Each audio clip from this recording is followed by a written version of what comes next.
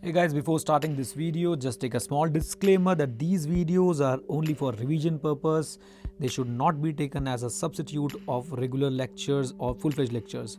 In detail lectures and books are available separately in USB and pen drive mode. You can check the description area or the comment box below for the link of those lectures and book. Right, lectures will be updated for May 2017 exams, यानी सारी की सारी जो amendments होने वाली हैं वो उसके अंदर कवर होंगी और आपके एग्जाम के लिए बहुत इंपॉर्टेंट भी होती हैं. Book will be in English medium and lectures will be in 50% English and 50% Hindi. Right, so guys, you can just check the comment area and the description area, and for any query just do let me know. I will definitely happy to help you. चलिए शुरू करते हैं. आज मैं आपसे बात करूंगा depreciation के बारे में, जो कि बहुत ही इम्पॉर्टेंट टॉपिक है पीजीबीबी के अंदर.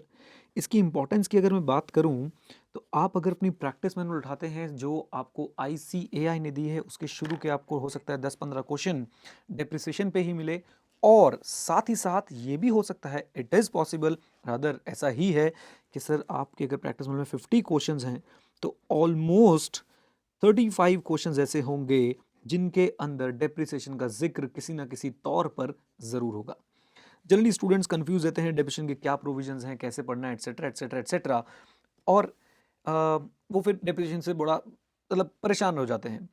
बट मैंने एक कोशिश की है इस वीडियो में जिसमें आपको बताऊंगा how to study depreciation for CA IPCC. Right, मैंने कुछ सेक्शंस यहाँ पे लिस्ट किए हैं और ये चीज़ें बहुत इंपॉर्टेंस रखती हैं आपके लिए. मैं बाद में इन सब की एक रिवीजन वीडियो भी बनाऊंगा, सो जस्ट रिलैक्स, कोई टेंशन लेने की जरूरत नहीं है. तो हमारे पास है ये सारी चीज़ें, अगर हम इन चीज़ों पे कमांड बना लें बहुत अच्छी तरीके से तो हम डेफिनेटली डेप्रिसिएशन पे भी कमांड बना सकते हैं. और फिर से मैं एक बात आपको बता दूं, मेरा फोकस है पूरा का पूरा आईपीसीसी लेवल पे. सेक्शन 32(1) और सेक्शन 32 सबसेक्शन 1 क्लॉज 1 ये, और इसके साथ रूल 51A, ये डील करेगा डेप्रिसिएशन से in case of power generating undertakings. मैंने प्यार से बुलाता हूँ पावर जनरेटिंग अंडरटेकिंग्स, ठीक है. देन 32(1) क्लॉज 2 ये डील करता है नॉर्मल डेप्रिसिएशन से, जो हमारे block WDV block of asset से ब्लॉक ऑफ एसेट पे निकलती है. राइट, देन उसके बाद आता है हमारे पास 32(1) क्लॉज 2A. उसको ध्यान से देखना है, ये ऐसे ही लिखना है, कहीं 2 इधर और A अलग ब्रैकेट में लिख दोगे तो बात कुछ और बन जाएगी, ठीक है ना. ये डील करता है आपका एडिशनल डेप्रिसिएशन से, और इसके अंदर एक छोटी सी अमेंडमेंट भी है. वो अमेंडमेंट भी मैं आपको दिखाने वाला हूं कि वो अमेंडमेंट क्या है.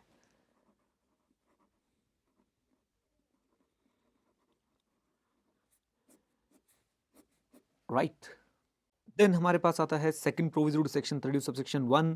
ये एग्जामिनर का फेवरेट है.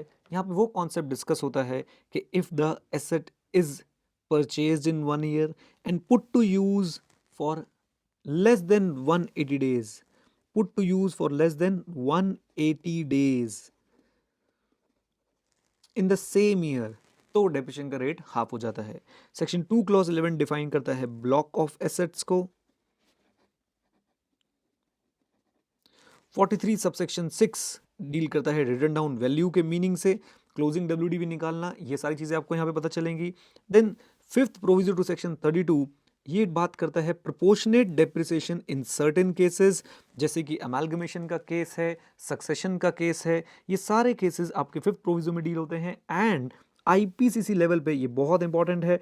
आपकी पीएम के अंदर लगभग 2 से 3 क्वेश्चन, प्रैक्टिस मैनुअल के अंदर 2 से 3 क्वेश्चन आपको इसके मिल जाएंगे जो हमें जरूर करके जाने चाहिए. सेक्शन 32 सबसेक्शन 2 डील करता है carry forward and setup of unabsorbed depreciation. Exam importance okay, but मैं चाहता हूं कि ये टॉपिक हम सेट ऑफ कैरी फॉरवर्ड के साथ कवर करें. देन एक्सप्लेन, एक हमारे पास आता है सेक्शन 43 सबसेक्शन 1 जो डील करता है एक्सप्लेनेशंस टू एक्चुअल कॉस्ट से. बेसिकली एक्चुअल कॉस्ट क्या होनी चाहिए ये बताई जाती है सेक्शन 43 सबसेक्शन 1 में. अगर मैं आईपीसीसी लेवल की बात करूं तो आईपीसीसी लेवल पे मैं चाहूंगा कि आप लोग इसको बहुत डिटेल में तो ना पढ़ें, बट इसकी एक एक्सप्लेनेशन जरूर आपको रेफर करूंगा, एक्सप्लेनेशन नंबर 5, जिसके ऊपर पीएम में 2 बार क्वेश्चन आया हुआ है. एक्सप्लेनेशन 5 टू सेक्शन 43 सबसेक्शन 1 जो डील करती है बिल्डिंग से.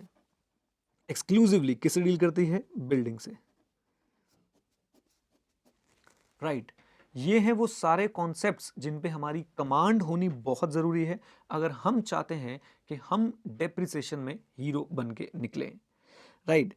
अब मैं आने वाली वीडियोस में धीरे धीरे इन पे छोटी छोटी रिवीजन वीडियोस बनाता जाऊंगा, एकदम short short to the point कि इनके अंदर क्या क्या लिखा हुआ है, और उसके बाद आप लोग इसे आराम से, बिल्कुल आराम से कवर कर सकते हैं, राइट गाइज। और आप इसका स्क्रीनशॉट लेके रख लीजिए, ये जो अभी यहाँ पे आपको दिखा रहा हूँ, और आप इससे काफ़ी कुछ अचीव कर सकते हैं। तो जब भी आप डेफिनेशन पढ़ने बैठें, आप इन सारे टॉपिक्स पे ज़रूर कमांड बना लीजिएगा। और एक मैं सेक्शन और भी लिख देता हूँ यहाँ पे, सेक्शन 38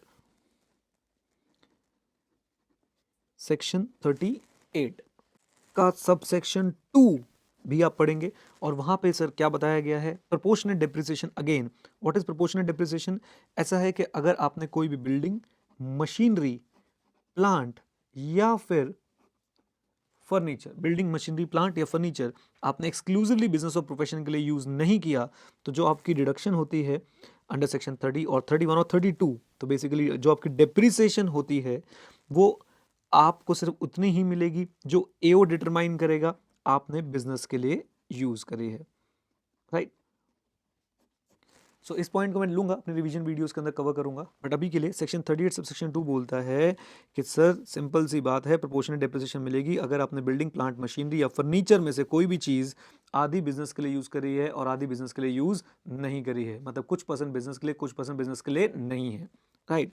तो एओ बताएगा कि बिजनेस के लिए कितनी है और आपको उसी की रिडक्शन मिलेगी।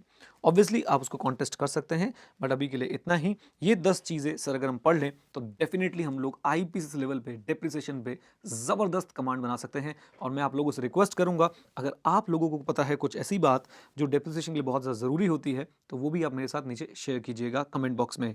एंड येस, वीडियो को लाइक तो करना ही करना है।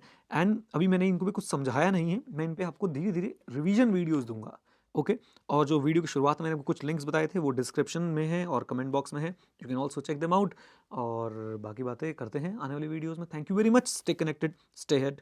जय हिंद, जय भारत, और सीखते रहिए, क्योंकि सीखना बंद तो जीतना बंद। बाय।